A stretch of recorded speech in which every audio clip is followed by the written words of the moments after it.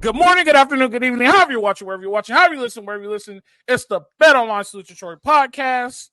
Bet Online Salute Detroit podcast brought to you by Bet Online. Go to betonline.ag, put promo code BELIEVE, that's BLEAV, get a 50-cent match bonus on your first time signing up. Also brought to you by Underdog Fantasy. Visit the app or go to underdogfantasy.com. Put in code USC LAFB, get a $100 match. That's where you take fantasy to the next level. You could bet over under. Like, for example, tonight's game 2 is playing. Is he going to get more than 5 touchdowns or less than 5 touchdowns? Just an example. Don't take it too literal. But moving on, we got the tripod here today. We'll start off with the Madman. Madman, how are you doing today? Doing well, Coach. Great to see you guys as always. Excited to get into a variety of topics. I'm really enjoying this week being kind of the bye week. You know, we can sort of put our feet up a little bit and really have some intellectually stimulating conversation. So always great to see you guys.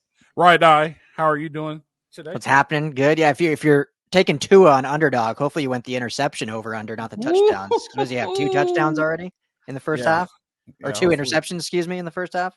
Yeah, great. Happy to be here. Yeah, like Jamal said, it was a little weird having the bye this early, but after such a hot start, it's kind of nice just to kick back and not have to be upset about anything and just roll into Michigan next week. I'm a little upset. And I think I need to get this off my chest because we put so much effort into this thing, man, and everybody has something negative to say. Like, we don't get paid for it. We just put all of our heart and soul into it. We put so much time into this, and just we never get any positive comments. Like, I'm just so frustrated with it, and I'm tired of it, and I'm sick of it. And over and over again, like, I thought we had fans. I thought we were supportive. We bring Jay on, we bring Nico on, and everybody always has negative stuff to say. Like, I'm just so tired of it, and I'm just ridiculous. You know what, you guys? I'm over this. I'm going to let you guys go ahead and take this. I'm done with Salute to Troy. Like, I just can't deal with this anymore. Like, I'm dealing with the stress and other stuff. I'm done. All right. Okay. All right. I wasn't exactly taking him seriously. And, I guess it's just going to be you and me, to sort of top this off. I know. Yeah. It's like, Coach, have a mimosa and relax. Oh, man. Yeah. That's why you don't read the comments, I guess. That's why you don't read the comments. I think, at first I thought he was sort of imitating Brian Kelly, because it sounded a lot like the Brian Kelly post game. It's like, I'm just tired. I'm just tired of the same thing all the time. What's going on here? What's happening here? Guys, I apologize. I resurrected. You could call me the Pac-12. You could call me the Pac-12. I'm back, guys. I'm back like the Pac-12. That was a skit. That was a thing. That was a whole skit, guys. It was a whole skit. It was good though. I'm telling you that the education, paid off there, Coach, because very, very, very believable. George Lucas School of Film, the acting school. Come on now, the film school. It feels that way. I went over to visit George a couple of times. There you go. But if you guys didn't know what we did there, that was the resurrection of the Pac-12 the Pac-12 conference. They're back. Go ahead, Ryan. What are you going to say? I didn't mean to cut you off. No. I was just feeding into it. So yeah, they're back at literally the midnight hour last night. Now they're back. The Pac-12 has come back. I'm so happy for Oregon State and Washington State. I got to say, they stuck to their guns. They were the last 2 left. They sued for all the assets and the rights to all the imagery. They said we're going to find a way. We're going to stick together. And, man, you gotta be just rooting for those 2 teams to stick it out. And now they're rebuilding a conference again. And I'm going to make a hot take, guys. Oregon State upsets Oregon this weekend. That's my take. It's possible. But so that would be fantastic. Piggybacking off of you, Jamal, it's the crazy thing because they got $255 million. And they're sitting on a pot of money. Here's a bunch of things that the Pac-12 has in their favor.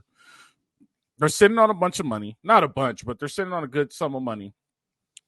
They're the only conference up next year for a media deal, right? So they could have their pick. They could get a lot of money for Pac-12 After Dark because that's most likely one of the most entertaining spots, right? When you watched college football last night, after that main game, which came on 4:30 out here, there wasn't really anything on. There was SC came on at 8, but like it wasn't like it used to be when there was just you could go to any network and all the games are on late at night, like so they could take advantage of that. The only thing they kind of lowered their standards, right? And I'm gonna give you guys a little story. I had to. Yeah, but I'm gonna give you guys a story, and then I'll go to you, Ryan. So when I was getting recruited, I was really close to going to Fresno State, and Pat Hill was the head coach at that time. And any place, anytime, anywhere. Remember, that was the slogan. Any place, anytime, anywhere. And so Pat Hill, the weekend we came, these were like all the top recruits. These are all his top guys that he really wanted. And he had the president and the athletic director there on the visit. And they legit was telling us, like, we're in serious talks with the Pac-10. It's us and another school. We can't tell anybody, like, we're in serious talks with the Pac-10.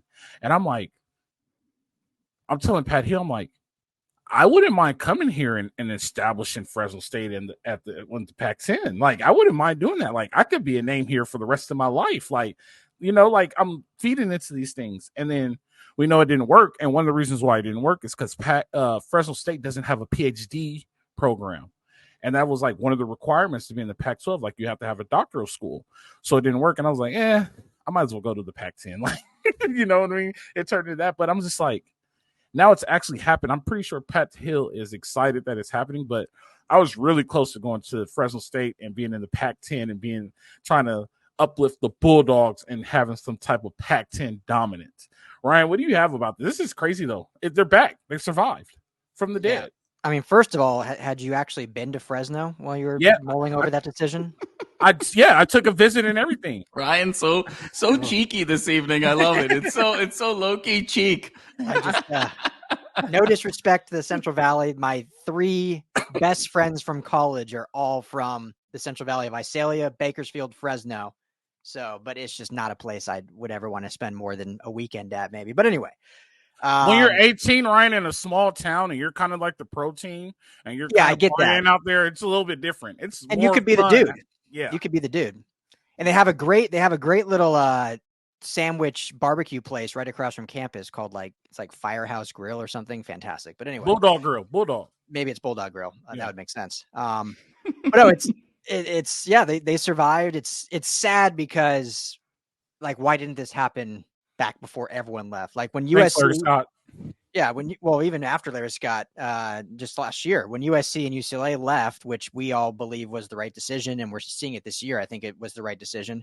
But they still had 10 teams. They still had Oregon. They still had Washington. Like, if they would have done this then and brought SandDiego State and Fresno or all 4 of these teams, like, they would have been a pretty strong conference still. You lose, obviously, the 2 LA schools, but played really coy and like, no, we're good with the 10 and this. And then all of a sudden, the other 8 end up leaving and they're down to 2. And so it's just unfortunate that they mismanaged it so poorly with that. And now, there's what, 6 teams. They got to get 2 more to be a Power 5.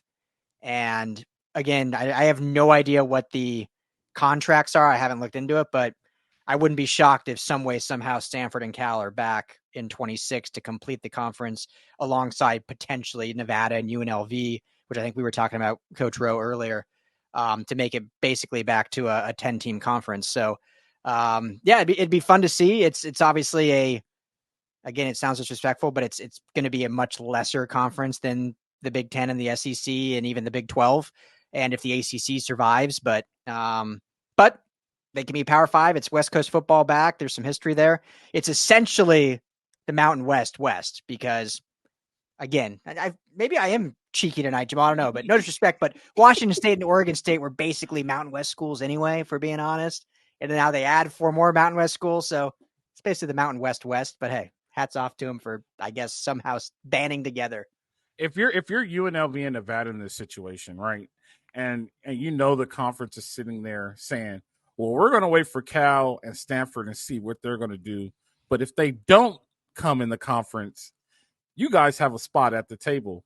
How do you feel as those universities? Like, do you just pin them over the table? Like, all right, we want the best conference and the best contract and the best TV rights out of everybody because you guys absolutely need us. Like, they're the ones that hold the cards right now. And they're the ones that hold the deals because we don't know what's going to happen with the ACC. We have an idea, but we don't know what's actually going to happen. So if that doesn't work, and then Nevada and UNLV comes in, like, you need us. Like, so here's what we want. Take it or leave it. Do you think that's possible for that to happen? Well, and sorry, real quick, Jamal. At this point, and then you can actually answer that question, but I don't understand why it wouldn't just be a full merger between the Mountain West and the Pac-12. Like the Mountain West essentially lost their, I wouldn't say 4 best. Boise is probably like their best, at least in terms of output, but SandDiego State, Fresno, Colorado State, those are all pretty premier within the Mountain West. So at this point, I don't know why you don't just do a full merger, but go ahead, Jamal. No, I think all great points, Ryan. I think, Coach, there's a little bit of kind of cat and mouse going on here as well moving forward. First of all, it's just very exciting that Washington State and Oregon State have a conference here again. I think Nevada, UNLV, what is their alternative now becomes the question, right? So when you talk about leverage, you have to be able to have kind of an alternative path that you're willing to go down. And I don't think UNLV and Nevada have an alternative path that is nearly as good as what would be joining this iteration of the Pac-12 would be. So I think for that reason, they're kind of waiting, because here, guess what? If you get that Power 5 status and if you win the conference, look, there's a path to the playoff here. Yeah. Okay. And so that's a huge chip that, that's a domino that's in a very significant way. I have a very interesting perspective on this. And I know this is the USC show. If I was UCLA, I'd consider going back to the Pac-12. If I was UCLA, I would think about maybe calling up Cal, and UCLA and Cal go back to the Pac-12. And you bring on Nevada, UNLV, you explore the opportunity to bring on a Gonzaga in the Pac-12 just for basketball. And now you're in a situation where I think if you look at it from kind of a Cal and UCLA perspective, 2 schools, obviously very decorated academically in California, UCLA decorated basketball program. But there's sort of a question right now of how much they're willing to pay in NIL for football, right? We've sort of talked about this over the course of the offseason. And so there's 2 options, right? You sort of have to either invest more if you want to kind of get to sort of a perennial top 15, top 20 team in this new world, or you find a way to sort of have a more frictionless path into the playoff. And I'm kind of thinking from both a Cal and a UCLA value proposition perspective. If you're UCLA, you say, hey, you can be in the Pac-12. It's a clearer path to the playoff. You have less travel. There's all of these things that sort of put you in a differentiated spot from USC in terms of sort of the value proposition that you're going after. And before everyone kind of scoffs at that, think about what Boise State was in football at the end of the last decade in a lesser conference. They were a national brand, even though they were in a lesser conference, because winning sort of brings that forward. Think about what Memphis basketball was with John Calipari, lesser conference, but a national brand. So I think there's a kind of a unique opportunity here where if you're Cal, if you're UCLA, maybe, obviously it's so early, you're there. There's sort of a revenue piece, but I would think about it. I know we had sort of talked about this holistically on the network, that when USC had decided to go to the Big Ten and UCLA was obviously part of that deal, there was a lot of conversation. Should UCLA maybe back out and stay in the Pac-12 to kind of create a unique value proposition for themselves from a football program perspective? And if you can pull in a Gonzaga, UCLA, and basketball in the Pac-12 would be this huge rivalry that would be great for both programs, set them both up for success going into March Madness. So, and obviously all that Calimony stuff going on between UCLA and Cal, you sort of call them both up together, you come back to the same conference. There's a lot of possibility. I know they just got there into their respective conferences, but this world of college football is so transactional right now that I would think about it if I was Cal and UCLA. And, you bring back Stanford, you bring in a Gonzaga, you bring in UNLV and Nevada. Now you're back to 12. You're actually the Pac-12 again. And it kind of makes a lot of sense for a lot of those programs. Was you about to say something, Ryan? Holistically, it makes so much sense. I think just again, talking strictly football, that makes a ton of sense. And USC and UCLA would still play every year. It's a rivalry. It's not going anywhere. They would play every year at a conference if they had to. And so I don't think that, even if USC Notre Dame, like the talk is that's at risk, I don't think USC UCLA would ever go anywhere. There's no way. It's too localized and everything. So that wouldn't be an issue. The thing that wouldn't probably happen is, even though that makes so much sense because UCLA was with USC on the initial deal, they're not going to get $100 million on any other network deal that the Pac-12 strikes up with these lesser teams. So it'd be real hard to back out and turn away the $100 million that they're getting with being with the Big Ten, which is, 40 or whatever million more than Oregon and Washington are getting. So that'd be the one thing. But like you said, Jamal, just all the other things you said, that would make a ton of sense for them. No, right. No, and it's a great point on the money. And I'm just, we're sort of brainstorming here a little bit. I would actually, if I was the Pac-12, I would go back to that Apple TV subscription deal. Yeah. And so again, you're not going to be able to get the 100 million, but if you can get a fraction of that as a conference and kind of have this clearer path to the playoff, and that opens up other partnerships and endorsement opportunities. Obviously there's a lot of conversation around how much money is going into travel, how much money is going into supporting like the academics, going cross country and all of those things. So how much net are you actually gaining? You're still sort of behind in terms of the money, but the winning that'll come with that and get additional revenue streams, it would be worth doing kind of an analysis to see, what the art of the possible there was. Now, again, for a school like UCLA, second most NCAA championships and all these other sports, right? So, sort of from a holistic standpoint, it would be challenging, but why can't they be like Notre Dame in these other sports, right? I mean, you still have the recruiting pipeline. You still have kind of the pedigree and in the water polos and the volleyballs and all of those things. Why can't you just be Notre Dame in these other sports? So I wonder, is there a path here with an Apple TV subscription deal to really juice the Pac-12 back up, and those teams then have primetime slots on their own that builds exposure and a path to a playoff berth? Did SC and UCLA get $100 million from the deal, or the Big Ten deal was $100 million? No, each school.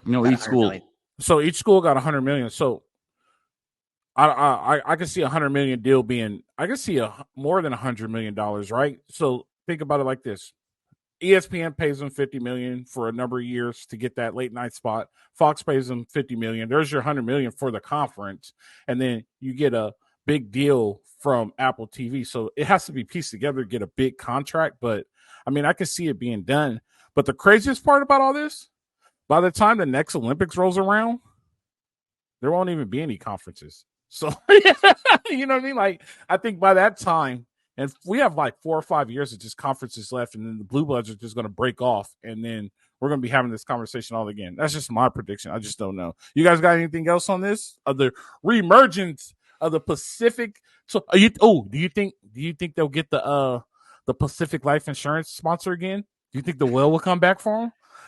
They still need life insurance. They're still barely breathing. So yeah, they're you know what? It feels much better to be a group of 6 than a group of 2. So I'm just very happy for both Washington State and Oregon State. It's sort of the entrepreneurial journey too, where it's like, you're on your last leg, you're about to be eviscerated.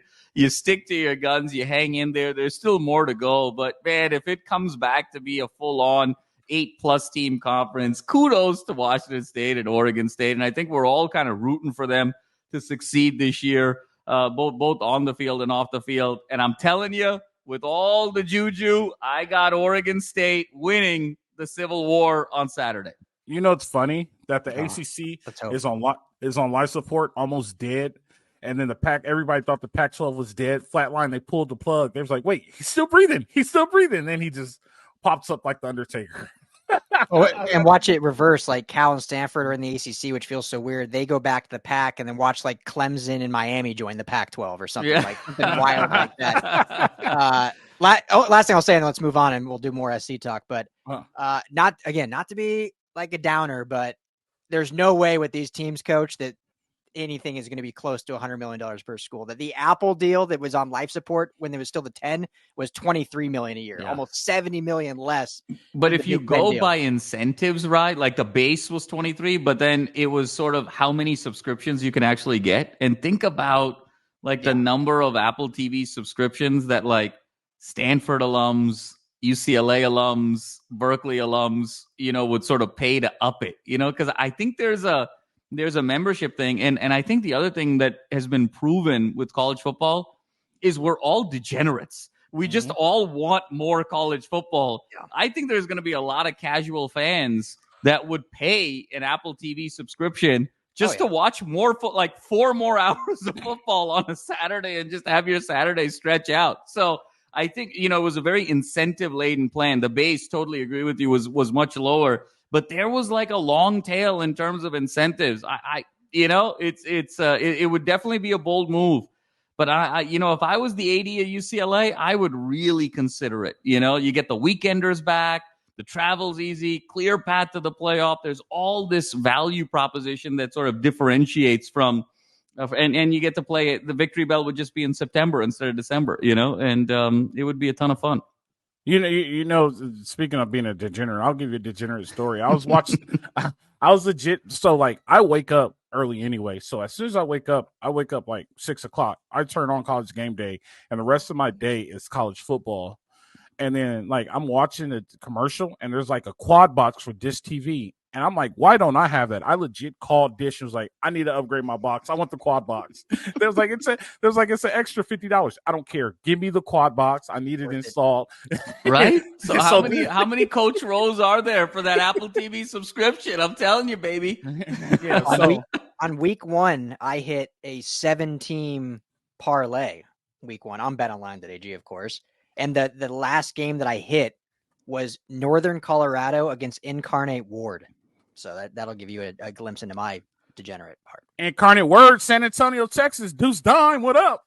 So that's 2 things we just learned about the great Ryan Dyrud. One is he would absolutely pay for an Apple TV subscription if that opportunity presented itself. And B, we might need an intervention because he might be having a problem. The only bummer about that and why it's not a problem is that bet I put $3 on, which is unfortunate because had I put like 20, it would have been a couple grand in my pocket. Yeah. Oh man, I love it. That's how they get you because you can only bet $1, and you'd be like, I just lost $1. And when it adds up, like I've gambled $500 this year. Like, how did I do that? Because you played 6 $1 parlays in one day, and that adds up. So last story I'll say, and it ties to USC in some way, and then we'll get off of it. My buddy from undergrad, USC grad, okay, one of my college buddies from SC, 3 years ago, March Madness, 14-team parlay in the first round. He did a bet. The first 13 games hit. All that needed to happen was Abilene Christian needed to lose straight up to Texas. It was a 3-14 game. And Abilene Christian, there was a 47% free throw shooter with 3 seconds to go, got fouled. They were down 1. He steps up and nails both free throws. And Abilene Christian wins 53-52. I remember that year. And then the following year. 14-team parlay, I remember that. On that would just be absolutely devastating. It's always the last leg. Always the last one. Well, welcome. Huge upset. Yeah. That's a gimme game. That's one of the ones you just check as like, that's one of my easy ones. Exactly. Well, welcome back, Pac-12. Hopefully we see you guys in the Power 5. But until then, enjoy your time down there. Let's move on to USC football. Hope you guys enjoyed that conversation. Ring the bell. We got a big recruit. The back signal went out quick. And then we immediately got the recruit. I'm going to butcher this. We practice so much. Viliami Maiola. Is that close? I think that's pretty good. Viliami Moala. Yep, absolutely. That's pretty good, Coach. Yeah. I hung out with some Ooses in high school. Long Beach probably were full of them, and SC. You know what I mean? I've been around a couple Ooses. Birmingham High School out of Salt Lake City, Utah. This dude's a hoss. 6'3", 305. I'm looking at his pictures. He doesn't look 305. And the picture that they posted on Twitter with his mom, he doesn't look 305. Watch this film. He doesn't move like 305. This dude is legit. I need to figure out who's doing the rankings because they got this guy. I don't know how 24/7 does it, but it says player ranking 3-star, 24/7 sports composite. He's a 4-star. So they combine all the rankings like On3, 247, ESPN, and combined everyone averages out as a 4-star. So 247 has him ranked lower than other sites, but composite is a 4-star. Yeah, 247 is tripping because this dude is legit. This dude's legit. This dude is what we want Bear Alexander to be. You know what I mean? A pop, twitchy, big man, like big Vince Wilfork. This dude is legit. He can run well. He's going to be a very big impact on the defense. The only thing that scares me is that he's a 2026 recruiter. You know how I feel about guys who commit before the 4th of July. As Jamal would say, I hold all my roses till the end. So, but I can't say this. Being around the Polynesian culture through high school and college, I do know that these are very loyal people and they stick to their word. So that takes a little concern off. This is a great ad for the defense. This is going to be a very good defensive lineman. This dude has a ton of potential. This dude has a very low floor and a very high ceiling, and he's going to take the elevator all the way up to that ceiling if everything goes right. Doesn't look 305. This dude's going to get to about 315, and he's going to be chiseled. He's going to look like Cedric Ellis, guaranteed. Just a big man in the and dominate the center. Great ad. Anytime you got a dude who demands a double team and takes the pressure off the linebackers, your linebackers just eat up the whole time. I love it. Hopefully it sticks true. We got to wait 2 football seasons, unfortunately, because recruiting is so different from when I was getting recruited. But I love it. And Big Sean Nua gets the credit for this one this time. Sean Nua's out there getting big recruits now. He has to keep up with Coach Hinney. So Sean Nua got this recruit. I'll pass it on to Ryan. What do you got to say about this big-time commitment? Yeah, big time. You said all the stuff about the athlete. Great athlete, big-time prospect out of Utah. I think we haven't seen it as much late, but it's so important for USC to have like a Polynesian connection. I think there's so much history there. Obviously, great football players, and so to have that connection and to keep that as something in the SoCal. I know he's from Utah, but just within Southern California, I think it's super important for this program moving forward. So great to see that as a get. And, like you said, it's 26, things can change. He did say he's shutting down his recruitment. He's not taking any more visits. We'll see how long that holds true, but there's 2025 kids right now that haven't officially shut down their recruitment. So the fact that he said that, I think, is meaningful. You mentioned the kind of loyalty there. So I don't need to add too much more. I think it's a great get, and I think there's more coming. This was a huge recruiting weekend, the home game against Utah State. Obviously, we talked about Ty Jackson, who committed right after. This commitment came right after, and I believe there's 1 or 2 more kind of on the way that just haven't been announced yet. So really good recruiting weekend. The last thing I'll just say overall is, we talked a lot through the summer, especially in June when they lost, the big names of Terry and Gibson and Stubbs, that, not to downplay, those were absolute losses. But once this team started playing, if they took care of business on the field, the recruiting would take care of itself. We knew NIL had to get better. It seemingly has gotten better, but based on the coaching staff, as long as they started taking care of business on the field and improving the concepts that they were talking about, because we kind of joked about it, but we likened it to, Apple before the iMac, that Apple was a company that was almost bankrupt. And then we're trying to sell this new product of like, hey, we're coming back. But until the iMac was on the market and everyone was like, oh crap, this is like a great product, there was a lot of doubt there. And so now that people have seen this Trojans defense in just 2 weeks, but have seen a product that is truly elevated and truly developing talent and taking 3-star guys and Nate Clifton, originally 3-star, was a 4-star transfer, and Meyer, drawing a blank, from Wyoming, Gavin Meyer, thank you, taking him, and he's played fantastic in the middle there after being a spring transfer. So they're seeing the concept play out on the field, and I think that's what's helping with recruiting. We've seen a great couple weeks, and it'll just continue to build on as long as they take care of business on the field. So great get with this, as you mentioned, Coach. Huge, but doesn't look huge in terms of too big. But he's definitely a big human being, and will only get bigger as a sophomore right now, or a junior right now? So junior, impressive. Man, what you got?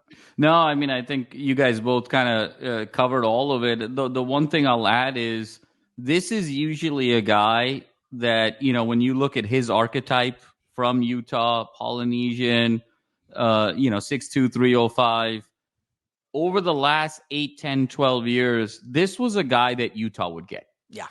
And, when you talk about sort of in the trenches and playing that bully ball, and I think that's what is so significant here is that this is now a player, this type of archetype that now wants to come to USC.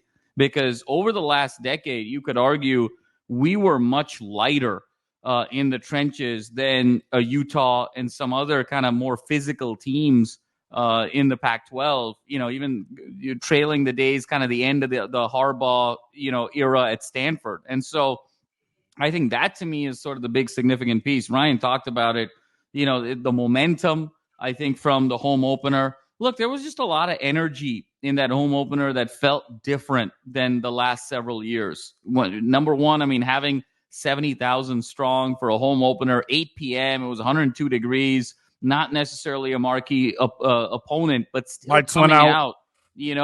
At 70,000 strong. In years past, that number would probably be about 50 to 55. So there was kind of an electricity and a buzz in the air. Then you sort of combine that with the fact that you had Aaron Donald and Dwayne Wade and others sort of add on to that to really provide some juice in the building. And then you add on to that, this is the first shutout in 13 years that this offense had, and just how excited they were, when that field goal was missed late in the game to sort of preserve that shutout, how excited they were. So it's not coincidental here that the first two commits after this weekend were on the defensive side of the ball, and guys that you wouldn't necessarily think about would always pick USC over the past decade. A guy like Ty Jackson historically would go to a Texas. Yep. A guy like Moala historically over the last 10, 12 years would go to a Utah. So the fact now that USC is bringing those guys in, those types of athletes that we had in the mid-2000s of the heyday, that to me is what's so significant. And again, 2026 is a long way off. I sort of believe him in terms of what he says for all the reasons you guys described, the background, the values, etc.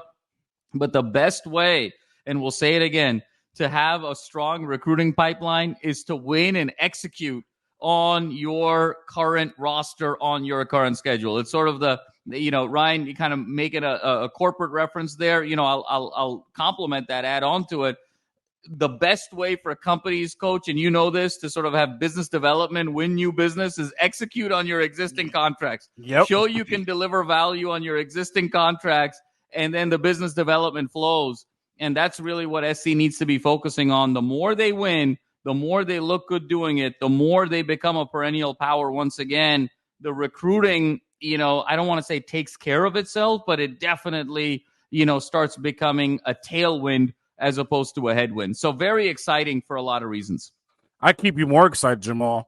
There's crystal ball predictions coming out for a 2026 guy, and he's from SC's backyard and one of the top O linemen in Southern California. He goes to Orange Lutheran right now. I'm not going to say any names because I don't want to jinx it. You know what I'm talking about, Ryan? You've been seeing that? Yeah. Yep. So, this is only the second out-of-state kid for 2026, and I think the majority of them are California. So the backyard's starting to be recruiting a little bit. I think we're going to see a little bit more. Trojan wall, baby. The T-wall. So they're listening to you. So this is great, man. I'm really excited. Real quick, on super fast and then continue. But how cool is it that Orange Lutheran is finally a good program again? They're the number 3 team in California right now. I hate it. I don't want to see it. I only want to see one. I only want to see one program get good again. It's going to be so hard, man. It's going to be so hard. But it is what it is. But no, it is good for them because you get a good product. I do like the fact that these schools are going to the football states and playing the talent and beating them wholeheartedly, and they always come up with excuses. Well, you got all the best talent in one school. It's 3 schools now, so I don't know how you get all the best talent. Neither here nor there. But I will say something funny. I sent it to you guys, and it's funny how I don't know over what period of games, but the Pac-12 is 21-2 against SEC schools. That's kind of funny too. I meant to bring that up earlier. I just clicked to me right now. I think that's overall this season. Not just how's it 21? They haven't played 21 games. There's only 12 schools. How are they 21-2? They played two games. Two non-conference games. 12 times 2 is 24. I'm lost. Doesn't make sense. But okay. Explain it to me later. They've each played 2 games, games, right? For instance, Coach, let's say, SC played LSU. Let's say SC had another, instead of Utah State, they played Mississippi State, right? And so then that's 2 games for SC against the SEC.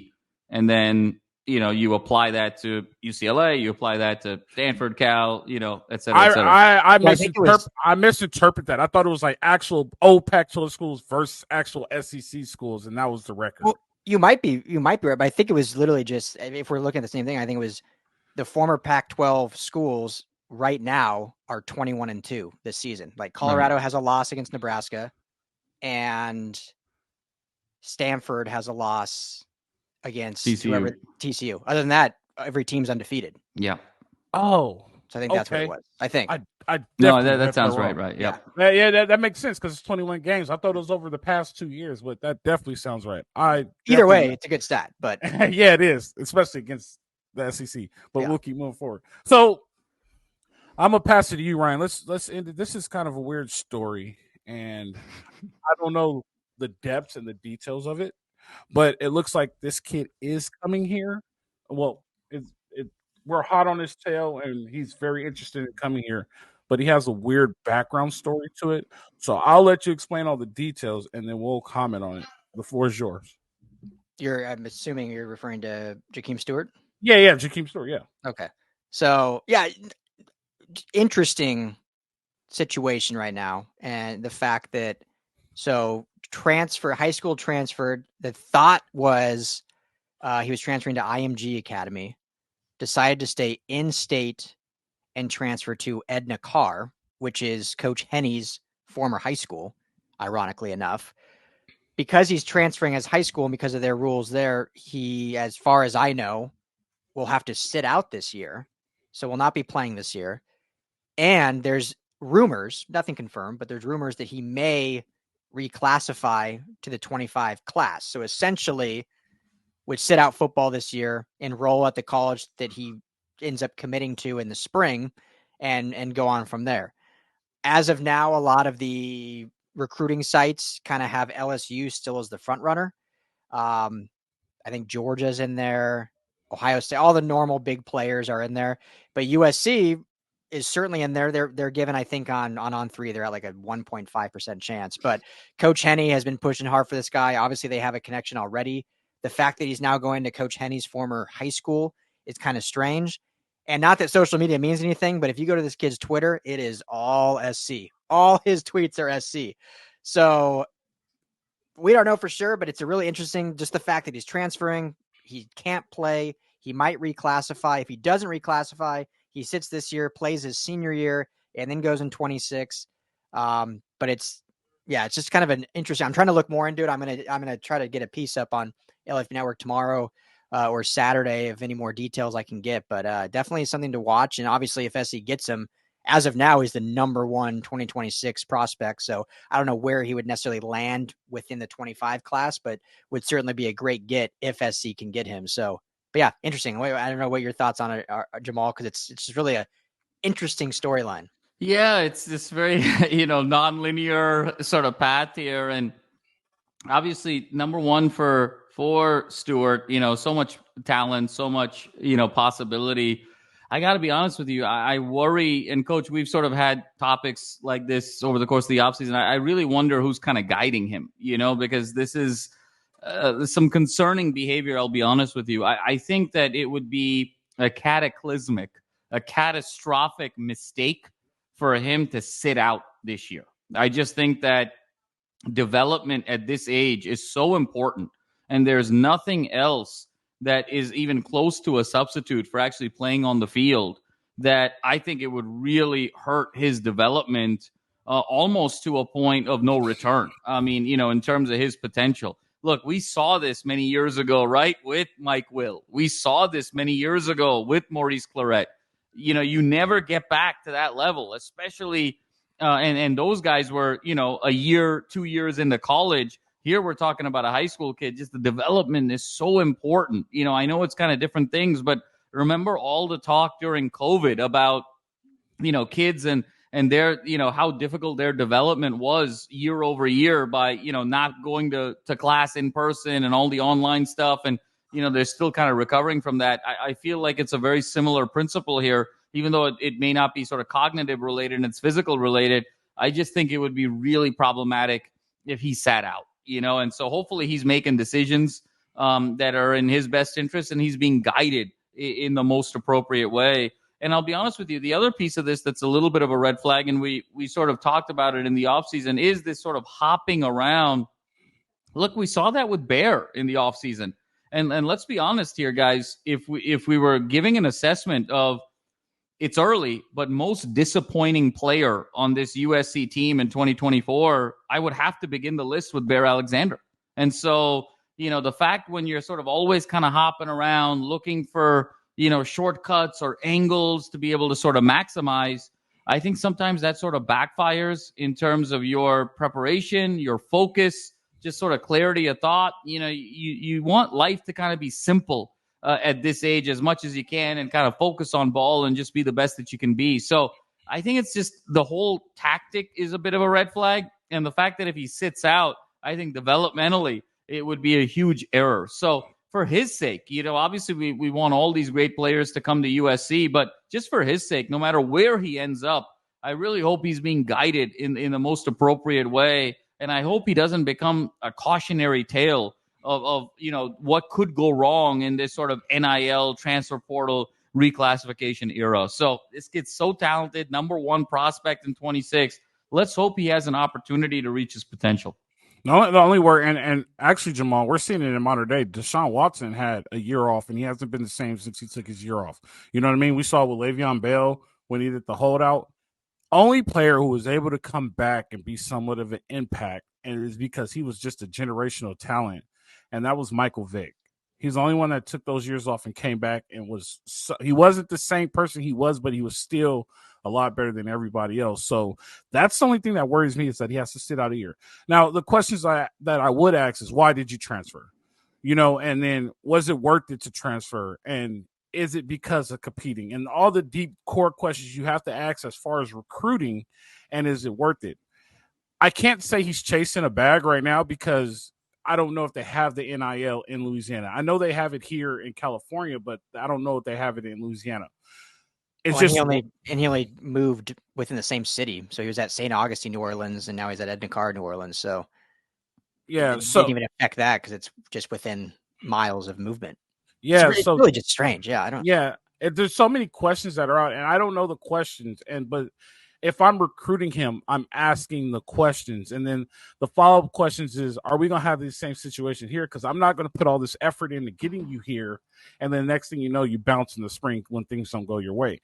It's interesting because he's been there for 3 years, and now all of a sudden he just decides, 2 years, and then he just decides to leave. So I don't know, and it could be a situation where people are in your corner to give you bad advice and trying to put you in the best situation, but you're already in a good situation. You're the top player in the nation. So there's so many open-ended questions and so many loose ends to tie up that you have to ask the hard questions that's going to make you feel uncomfortable before, because now it's a legit investment. Before I make this legit investment in you, because you're not going to get the money back. You know what I mean? So until they start to regulate it. So it's a good guy to go get athletic and talent wise, but mentally, sometimes you got to get, and SC's not there yet, but eventually, and hopefully SC gets there to where it's worth passing up this guy, because we could go get another one. So we need, by that time, if he doesn't reclassify, hopefully we're at the spots where we could find another one. There's 4 of them on our board. Like, we could pass on this guy because we don't like the pass, but I'm hoping that the pass is valid reason, so he does get a chance to be a Trojan. He sits around and ends up being a Trojan for the full 3 to 4 years. You guys got anything else on that one? Let me ask you this, Coach. As a coach, so based on On3's reporting, he will be ineligible this year. So based on that, unless something changes, he will not be playing this season. And they're already a couple games into the season anyway. So if you're a coach, whether it's his coach or just someone giving him advice, do you tell him you should come back for your senior year in high school and develop in high school after a year off? Or should you jump right away to a college program that you think can develop you? Plus, you'll get NIL money, but let's just keep this football related. Like, what do you think would be with a year off? Is it better to make that year up in high school or just jump immediately and make that year up in college and basically have a redshirt year, freshman year of college? Make that year up in high school because there's no shape like game shape. We can run all the sprints we can run all the gases we can run all the Mach 40, we can run all the Mach 40s, we can run all the simulated games, but there's no game like game shape. And you don't get into game shape until like the third or fourth game. If you pay attention, like this week, if you paid attention the first 2 weeks, you kind of look like, man, that dude's tired. He's not tired. He's just playing at a super high level that he hasn't played on in almost a year. And you just have to get back into that shape. You won't see that later on down the line. Sitting out for that long and not seeing it, not experiencing, not getting beat up a little bit, not getting that hurt, not being able to work on your craft. As much as people say football is like golf, if you don't do it for a while, you kind of lose it and you got to kind of like get it back. So I would tell him to go back and graduate in 2026 just so he could have a year of playing football, a year of just getting beat up. And like, to me, that is a higher risk of injury than playing a year. And I know, like, you're like, well, it doesn't really make sense. You're not doing anything. You're stagnant. And all of a sudden you're coming back and now you're playing with dudes who are 20 years old and you're only 18, 22 years old and you're getting hit at a higher level.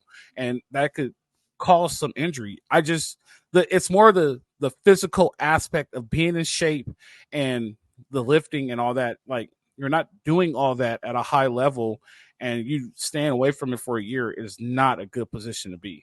Yeah. So Jamal, go back. Jamal, you have thoughts on that? No, I'm with Coach. I just think that the jump, I mean, there's sort of two jumps implied there, right, Ryan? If you're going straight from a year off to college, you got to go from non-game shape to game shape, and then you got to go from high school to college. I just think that's just such a gigantic step forward in such a short period of time. And then you got to deal with other elements, right? I mean, there's such a structure in high school. You have to go to class at a certain time. School ends at a certain time. And then you sort of walk into a situation in college where you sort of control your schedule. It's optional. You're in a dorm environment. You're in a campus environment. All these pretty co-eds around. Like, I just think there's such a change of having to deal with being on the field as well as off the field that it's very, very problematic. I think it only works in very, very exceptional cases if you've sort of demonstrated significant maturity at that age. And you would argue it's some immature behavior with all of these transactions taking place to even be in this situation in the first place. I would say, the advice I would give is get back on the field like today. Like, if you got to switch schools back, look, at the end of the day, this has only been a couple of weeks. Get on the field for game 3. But don't sit out this year. This could be really catastrophic. But short of that, definitely come back and try and recover this in high school before you move forward. Yeah. So I agree with you both. So just to play the devil's advocate or the other side, because I think, to sit out a year and whatnot is just, you got to get those game reps. But to play the devil's advocate side, if you're a top prospect, he's the number 1 prospect. But even if you're a top 50 prospect, most of these guys' plan, most of them is to do their 3 years and get to the NFL. So if you're thinking about it that way, he could be thinking, all right, I'm still going to be working out. I can still practice with the team. I'm just ineligible to play. We agree that's not the same, but thinking that way, still practicing, still working out, sit these few months out, and we'll just assume he's going to USC, which he hasn't committed. We'll just assume. Is it better for me to sit out and then go play for these high school coaches, or sit out? I'm taking a full redshirt year, my freshman year, and I'm getting developed by the best defensive line coach in football with Coach Henderson and Coach Henney. And I'm just practicing, just getting developed. And then I have my 2 years of actual playing, and then I'm in the NFL. No, because now you're out for 2 years. Yeah, exactly. Right. You haven't played real ball for 2 years. 2 years. Yeah. But Miller Moss didn't play real ball for 4. And he's now projected to be a first-round pick. Touche. Again, I'm not saying I agree with that, but that's the argument. That's a really fair argument. But I also think, Ryan, in that particular case, it's the quarterback position is a more cerebral position, and so you actually get a lot of benefit from seeing the game from different perspectives. Seeing it from the sideline, seeing it kind of off the field. Whereas I think defensive line, there's really no perspective other than sort of being on the field. So it's a great point, but it's also kind of the same Aaron Rodgers argument, right? I mean, Aaron Rodgers held a clipboard for 3 years in the NFL, and you could argue he was the most talented guy to ever play quarterback in a very decorated career. So definitely that's a great point. But I just think defensive line is one of those where you're not going to get too much sitting on the sidelines and learning. You got to be in there. It's such a physical position. There's such nuance of what you got to do on the field. So point taken, but I'd still say he's got to go. Well, I could side with you on one bit because there's a new rule. So he can get the game reps his redshirt year because if he could play 4 games and get reps. So it's like that. I think that would be the only positive that he gets those 4 game reps in. But if it's a game like it was against LA, like they played Ole Miss. He's going to play against Ole Miss. So if it's 2020, he won't get those reps. Again, I understand. We are in agreement, but just again on that argument, because you think of freshman this year, Carlin Jones, for instance. Carlin Jones probably isn't going to play any games this year, and he's a true freshman. He hasn't sit out at all, so he's missing. So you could say, well, I wouldn't play anyway as a freshman. Like I got to earn my reps anyway, just because I'm number one. It's just the 2 years is what scares me. It's a lot though. 2 years is a lot. Let's just say that's just 24 football games that you're not playing. Yeah. You know what I mean? So that's it's going to be interesting to see how it plays out. Let's end it on a good note. You brought it up, Ryan. You brought it up earlier. We'll touch on this real quick and we'll get out of here. So mock draft came out today. The number 3 overall person taken was our man Miller Moss, the second quarterback off the board, behind Cam Ward, which was also surprising. But we'll talk about Miller Moss. I don't want to toot the salute to Troy's horn, but beep. We've been saying like either one or two things is going to happen. He's either going to the NFL or he's going to have to come back, and we don't want him to come back because that means he's not having a good year. So far, to date, with the sample size that we have, which is still a small sample size, is that he's showing that he's a professional quarterback. I think I said this on this show, that I think Miller Moss is one of the most pro-ready quarterbacks in this year's draft. Miller Moss and Nessmeyer and Carson Beck. I think with the show of me and you, Ryan, I said those 3 are the most pro-ready quarterbacks. And when I say pro-ready, I mean as far as sitting in the pocket, feeling the hit coming, and being able to throw, take the hit, get up, and keep going. They're not really scramblers. They're not going to move around like in that sense. And they go through the progressions and reads. Athletics is different, but I am okay with this. But I am a little worried about this because they don't know how to win yet. Now they're starting to get a lot of accolades that are showing that they're a winning team, and they haven't been in this situation. The best example I could give when I went there, we knew dudes who were on TV were going to go in the first round. That was just a common thing. The next one's up, he's going first round. The next one's up, he's going first round. We knew that's a common thing. They haven't been in that, and they're still building that culture. So hopefully they could play through this. But as far as Miller Moss being the second quarterback taken, I don't see that far off if the season keeps going the way it goes. Second or third. I don't see first because just based on the teams that needs quarterbacks probably, and it's probably going to be the Giants, and we don't know what Jacksonville is going to do. I always say I want to see him go to a team below pick 15 and an established team so he can succeed. But we see what happened with Caleb. Everybody's mad at Caleb, but Caleb doesn't have an offensive line. This is going to be a whole David Carr situation again. Caleb's getting the blame, but he can't throw the ball. Neither here nor there. But I do like where it is. I do like where he's going. Small sample size. Hopefully he keeps it up so we can see him in New Orleans next year going in, the top 5 picks. Man, what do you got to say about this? Yeah, no, I mean, it's exciting. I mean, it's early. It's a fun part of the season. I think we all can understand that he is being tutored by one of the best minds in all of football at the quarterback position. I think we all see his ability to digest offensive plays. We see his ability to be able to dissect defenses. We see his ability to be able to go through his progressions. And we also see his ability to stand in the pocket and absorb contact while making throws. So those are all things to love.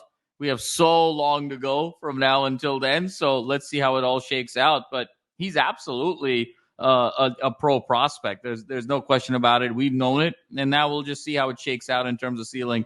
I mean, there's 10 more regular season games to go, a possible conference championship game, 4 more possible playoff games. I mean, there's just such a whole body of work to go. But it's fun. It's great to see Miller Moss getting recognition for sticking with the program for so many years, waiting his turn, and now getting an opportunity to really shine and succeed. You got anything on it, Ryan? You didn't say anything.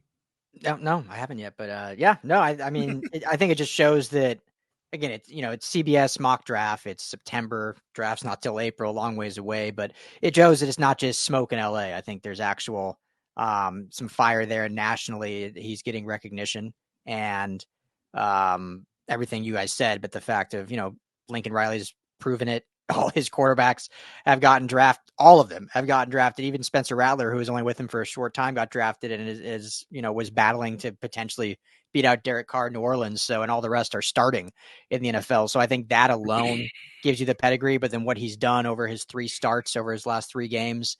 And I think his arm talent has improved. Not that we had a necessarily game sample size, but just based on covering the team and what we've heard, that's improved. His size has improved. But his pocket presence is great. And that's why he's getting, I think, more recognition than even the highly touted guys like Quinn Ewers, like Shedeur Sanders, because he's doing things that is more pro ready, like you mentioned, Coach, that some of those players might have more God-given talent or more athleticism, but they're not doing things that will work necessarily in the pro game. So, I thought it was cool. And I was like, oh man, 2nd quarterback, 3rd overall going. I mean, this guy didn't even have Ewers or Sanders in the first round, but he also had him going above Jackson Dart, above Garrett Nussmeier, above Carson Beck. And like you said, only Cam Ward first, which last thing I'll say, if this goes down like this at all, and Cam Ward does end up being the first quarterback taken, he will look like the smartest young man ever. Because remember last year, he originally was going to declare and was probably going to be a 5th or 6th round pick in this year's draft. Enters the portal, ends up at Miami, and if he goes from 5th or 6th to first quarterback taken, well done, young man. All right, real quick before we wrap this up, all we need is yes or no. Ryan, yes or no? Number 7 gets retired 24 season. Oh, let's go positive. Yes, why not? Jamal? Love him, but no. All right, we'll find out. He's going to pop up on the list eventually. We'll see. I say yes. With this clarification. The season has to keep going the way it's going. That's the only way. Literally the only way it's yes is if he wins the Heisman this year. So that's what we're saying is he's going to win the Heisman. Yeah, that's what I'm saying. It's a season. Yeah, so definitely. Hey, Coach, why didn't you just say yes or no? I did. You gave a long answer. He's given, he sets the rules, baby, but he doesn't need to follow them, I break them sometimes. Bad. Definitely. Hey, I appreciate you guys. We got another one in the books. Bye week.